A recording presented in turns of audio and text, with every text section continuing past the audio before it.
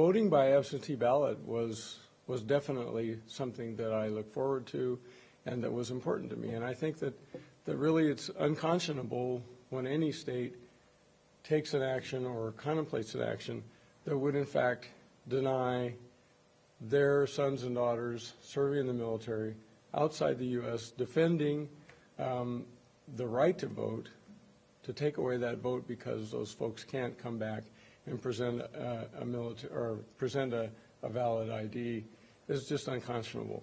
And concerning the question of whether a military ID is a valid form of identification or not, I have my retired military ID, and I have always considered my military ID as my primary source of identification, trumping any state-issued ID that I might have had in my life.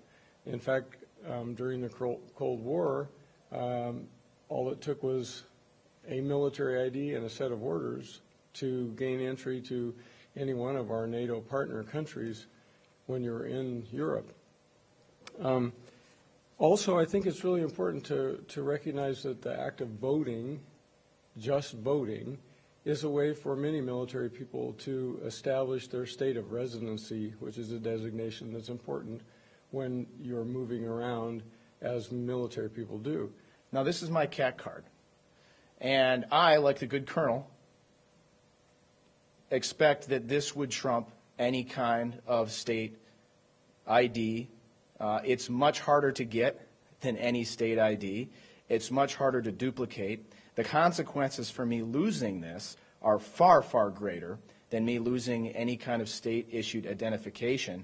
If I lose this, I am accountable 6 ways from Sunday on how to get it back and why explaining why I lost it. So the idea that this would not be an adequate ID for the proponents of any bill or constitutional amendment is ludicrous.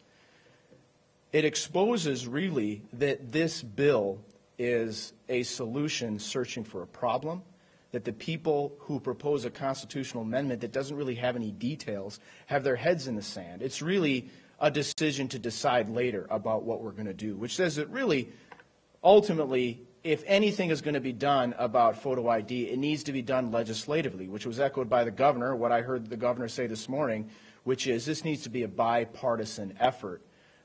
It's ironic, of course, that voting rights, unfortunately, access to the ballot, has always, unfortunately, been a partisan issue, and this is no exception. Do you consider it unpatriotic to limit military personnel's right to vote?